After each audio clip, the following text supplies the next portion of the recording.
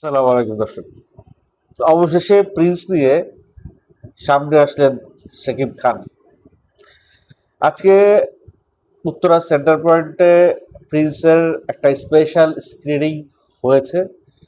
সেই স্পেশাল স্ক্রিনিংয়ে শাকিব খান উপস্থিত ছিলেন এবং বরাবর মতোই দেরিতে এসেছেন, দেরিতে গিয়েছেন। এখন কথা হচ্ছে গিয়ে যে স্পেশাল স্ক্রিনিংটা কতটুকু দরকার ছিল, কখন দরকার ছিল, আর এখন করাতে কতটুকু উপকার হলো। দেখেন, আমি শুরুতেই বলে আসছিলাম যে শাকিব খান সিনেমার যে সিচুয়েশন, এই সিচুয়েশনে শাকিব খান সিনেমার প্রচার প্রচারণায় না থেকে কেন তিনি রকস্টারের শুটিং এ প্রথম দিনই মানে ঈদের দিনই চলে গেলেন তাড়াহুড়ো করে? ঘটনাটা কি, ভেতরে কি রান্না হয়েছে কি না হয়েছে এই বিষয়গুলো নিয়ে বিস্তারিত আলোচনা না করি। তবে যে কেউ বুঝতে পারছেন এটা যে শাকিব খানকে স্পেশাল স্ক্রিনিং এ উপস্থিত করাতে টিমের দেরি হয়ে গেছে। তাকে বুঝায় ম্যানেজ করছে, তাকে কি বলে ম্যানেজ করছে, বা সাকিব খান কি ভাবে ম্যানেজ হয়েছে, বিষয়টা নিয়ে আলোচনা করতে চাই না। অবশ্যই সাকিব খান তার যে স্বতঃস্ফূর্ত আহ, উপস্থিতি, তাতে বোঝা যায় সাকিব খান স্বেচ্ছায় এসেছেন। এখন কথা হচ্ছে যে এই আশাটা শেষ সময়ে এসেছেন। অলমোস্ট এই আশাটা দরকার ছিল সিনেমার স্পেশাল স্ক্রিনিং যখন হয় তখন। একটা সিনেমার স্পেশাল স্ক্রিনিং কখন হয়? একটা সিনেমার স্পেশাল স্ক্রিনিং হয় সিনেমার রিলিজের আগে। জি, আমরা পুষ্পার স্পেশাল স্ক্রিনিং দেখছি, পুষ্পা 2 এর যে কখন স্পেশাল স্ক্রিনিং হয় আমরা দেখছি, বলিউডের বা কলকাতার অনেক স্পেশাল স্ক্রিনিং দেখছি। আজকে একটা সিনেমা রিলিজের 2 সপ্তাহ পরে স্পেশাল স্ক্রিনিং হয়, যখন সিনেমাটার বাস অলরেডি মেরে দিয়েছে বিভিন্ন লোকজন, বিভিন্ন ষড়যন্ত্র, বিভিন্ন অবস্থা, সিনেমার কোয়ালিটি, সবকিছু মিলিয়ে সিনেমার কিন্তু একটা ক্ষতি হয়ে গেছে। ক্ষতি বলতে সিনেমার যেটা প্রাপ্য সেটাই সে পাইছে। সিনেমা যদি ভালো হইতো, স্পেশালি সিনেমার টিম যদি আরেকটু প্রফেশনাল হইতো, তাহলে সিনেমাটা আরেকটু মানুষের কাছে পৌঁছাইতে পারতো। এই সিনেমার ট্রেলার করতে পারে নাই, এই সিনেমার প্রপার পাবলিসিটি করতে পারে নাই, ইভেন এই সিনেমার হোল্ডিং এবং পোস্টার ব্যানার ঠিক মতো দেয় নাই বিভিন্ন সিনেপ্লেক্সে। এখনো পর্যন্ত অনেক সিনেপ্লেক্সে এই সিনেমার পোস্টার নাই, ব্যানার নাই। আমি লাস্ট যে সিনেমাটা দেখলাম, দম বোধহয়, সেন্টার পয়েন্টে, সেদিনও সেন্টার পয়েন্টে প্রিন্স সিনেমা চলেছে, কিন্তু প্রিন্স সিনেমার কোনো পোস্টার নাই, হোল্ডিং নাই। আমি তখন সেন্টার পয়েন্টের একজনকে ডাক দিয়ে জিজ্ঞেস করলাম যে ভাই, প্রিন্সের কোনো পোস্টার দেখতে পাচ্ছি না, কোনো ব্যানার দেখতে পাচ্ছি না, এটা কি আপনারা দিবেন নাকি এটা টিম দিবে? তখন প্রিন্সের একজন অভিনেতা আমার সঙ্গে সেখানে উপস্থিত ছিলেন, আপনারা দেখেছেন, আমি সেন্টার পয়েন্টে একজন প্রিন্সের অভিনেতার ইন্টারভিউ করেছি। তো তার সামনে সেই সেন্টার পয়েন্টের লোকটি বলল যে না, এটা প্রিন্স টিম দিবে। সো 1 সপ্তাহ পরেও প্রিন্স টিম একটা পোস্টার সাপ্লাই দিতে পারে না, একটা হোল্ডিং হোল্ডিং সাপ্লাই দিতে পারে না, একটা ব্যানার সাপ্লাই দিতে পারে না সিনেপ্লেক্সে। কয়েকদিন পরে তারা ঘোষণা দিল যে তারা নাকি স্টার সিনেপ্লেক্স এগুলো দেয়ই নাই। যমুনা ব্লকবাস্টারে একটা ছেলের ভিডিও দেখলাম যে এমন জায়গায় প্রিন্সের পোস্টার আর ব্যানার টানা রাখছে যেখানে দেখাই যায় না, চোখই পড়ে না। এটা টিমের গাফলতি। যাই হোক, টিমের গাফলতির কারণে হোক, যে কারণে হোক, হয়েছে যা হয়েছে হয়েছে। এই যে প্রবলেমগুলো হয়েছে, এই প্রবলেম থেকে টিম শিক্ষা নেবে এবং ভবিষ্যতে তারা এগুলো সলভ করে পরবর্তী কাজগুলো করবে। যদি ভবিষ্যতে তারা এগুলো থেকে শিক্ষা না নেয়, তাহলে তাদের পরিণতি ভবিষ্যতে আরো করুণ হবে। বাংলাদেশের মানুষ, বাংলাদেশের দর্শক এখন আর সেই 90-এর দশকে পড়ে নাই। প্রিন্সের ডিরেক্টর, প্রিন্সের টিম তো 90 দশকের একটা সিনেমা বানাইছে, সেই 90-এর দশকে কিন্তু দর্শক নেই, দর্শক কিন্তু 2026-এই আছে। তো তাদেরকে ফাঁকি দেয়া, তাদের চোখকে ফাঁকি দেয়া, তাদেরকে আহ ঘুরায় পেঁচা ইয়ে করা খুব সহজ কিছু হবে না। এখনকার জেনারেশন অনেক অনেক শাকিব খান অনেক প্রশ্নের উত্তর দিয়েছেন, সেই ঘুরায় পেঁচায় একটা কথাই বলছেন, বেসিক কোশ্চেন, বেসিক প্রশ্নটাই সাংবাদিকরা করতে পারে নাই। বেশ, আমি যদি ওখানে থাকতাম আমি জিজ্ঞেস করতাম যে ভাই, এই যে প্রিন্স সিনেমাটা রিলিজ হয়েছে, আপনি ধরলাম আপনার সময়ের অভাবে প্রিন্সটা ঠিক মতো করতে পারেন, তাহলে আপনি আসলেন কেন? সময়ের অভাব যদি করতে পারেন ঠিক মতো আসতেন, আপনি পরে আসতেন, আপনাকে এই ঈদেই আসতে হইলো কেন? প্রপার শুট করে, প্রপার সিনেমাটা রেডি করে তারপরে আপনি আসতেন কেন? খামাখা প্রপারলি শুট না করে প্রপার আপনার সময়ের অভিযোগ দিচ্ছেন, সময়ের কারণে শেষ করতে পারি নাই, এই জটিলতা সেই জটিলতা। হইতে পারে, জটিলতা হইতে পারে, সময় কম থাকতে পারে। ঈদের আগের দিন শাকিব খান নিজেই বলছেন যে ঈদের আগের দিন পর্যন্ত আমি গানের শুট করছি। কেন করলেন আপনি? আপনার কিসের এত তারা? আপনার কি লাগবে? কেন এই ঈদেই কেন আপনার আসতে হবে? কি কারণে আপনি এইভাবে তাড়াহুড়ো করে একটা দিয়ে আপনার নিজের ইমেজটাকে আপনি নষ্ট করলেন?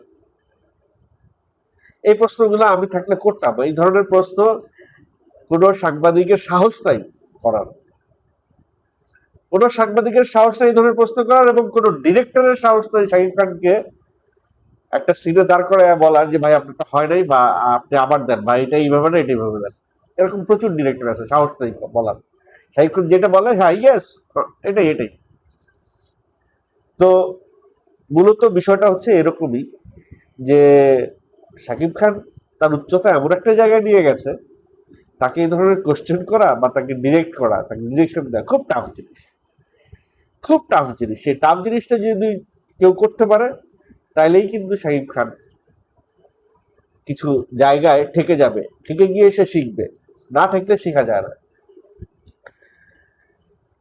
তো যে কথাটা বলছিলাম যে আজকে কতটুক উপকার হয়েছে, হ্যাঁ এই যে শাকিব খান আসলেন, প্রিন্স নিয়ে কথা বললেন, মানুষ, এমন কোনো মানুষ নয় এখন জানবে যে শাকিব খান সিনেমার সঙ্গে ওতপ্রোতভাবে জড়িত ছিল, সিনেমার সঙ্গে শাকিব খান চান এই সিনেমাটা শাকিব খান ধারণ করে, বহন করে।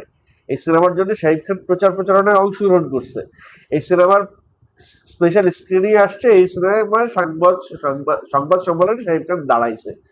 এই জিনিসটা এখন প্রত্যেকটা মানুষ জানবে, সংবাদ মাধ্যমের দৌলতে হোক, আমাদের কন্টেন্ট ক্রিয়েটারদের দৌলতে হোক, বা ফেসবুক পেজটা যে কোনো কারণে হোক, সবাই এই ব্যাপারটা এখন জানতে পারবে। এতে করে কিন্তু এখন আপনারা দেখে রাখেন বা লেখা রাখেন যে প্রিন্সের যে পরিমাণ টিকিট সেল হচ্ছিল, আগামীকালকে প্রিন্সের টিকিট সেল কিছুটা হইলেও বাড়বে। যেটা কমতেছিল, যেটা কিন্তু দিন দিন কমছে, সেই দিন দিন কমার প্রক্রিয়াটা হয় থেমে যাবে, না হয় অনেকটা বাড়বে। এটা দরকার ছিল সিনেমার আগের দিন, সিনেমা রিলিজের আগের দিন। তাইলে মানুষ হুমড়ি খেয়ে যায় সিনেমা হলে পড়তো। কারণ শাকিব খান তো আগেই বলে দিছে যে ভাই, এটা যদি শাকিব খান সিনেমা রিলিজের আগেই বলতো যে ভাই আমরা এই হয়েছে আমাদের, আমরা সিনেমার শুটিং করার জন্য প্রপার টাইম পাই নাই, আমরা সিনেমার আগের দিন রাত পর্যন্ত শুটিং করেছি, আমাদের এই সিনেমায় কিছুটা সামান্য টেকনিক্যাল জটিলতা হইতে পারে, সেটার আপনারা ক্ষমা সুন্দর দৃষ্টিতে দেখবেন।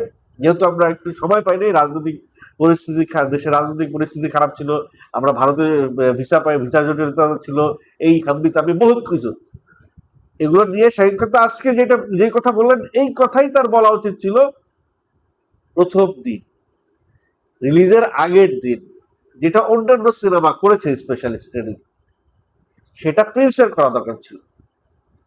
এই কথাগুলা আমার মনে হয় না কোন সাংবাদিকের গার্ডস আছে এই কথাটা ওই প্রেস কনফারেন্সে দাঁড়ায় বলা শাকিব খানের যে ভাই আপনার তো এটা আজকে না, এই স্পেশাল স্ক্রিনিং আপনার এটা রিলিজের আগে করা দরকার ছিল।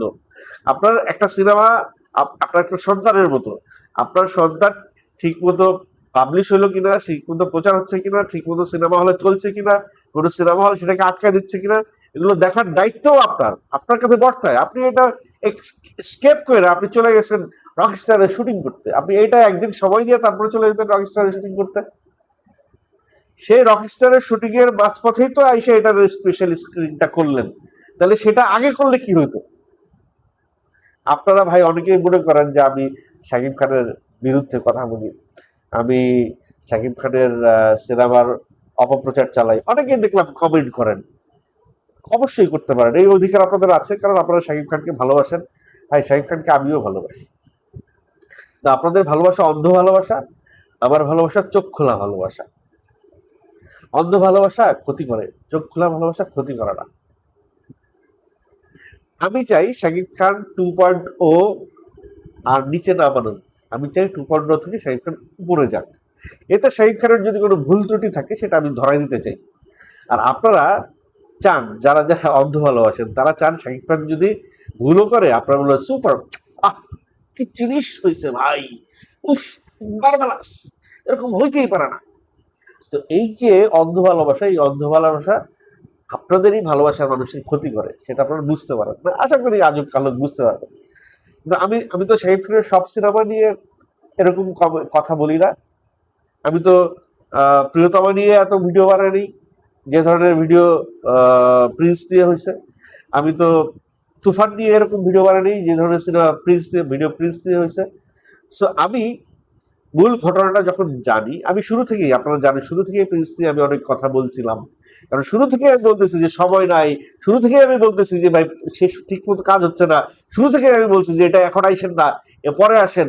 এই যে কথাগুলো আমি শুরু থেকে বলতেছি, সেটা রেজাল্ট আপনারা হাতে হাতে পাইছেন, আপনারা দেখছেন রেজাল্টটা কি হয়েছে রেজাল্ট। সো আমি যে শুরু থেকে এই কথাগুলো বলতেছিলাম, আর কেউ কিন্তু এই কথাগুলো বলতেছিল না। যারা অন্ধভক্ত তারা কিন্তু এই কথা বলতেছিল না।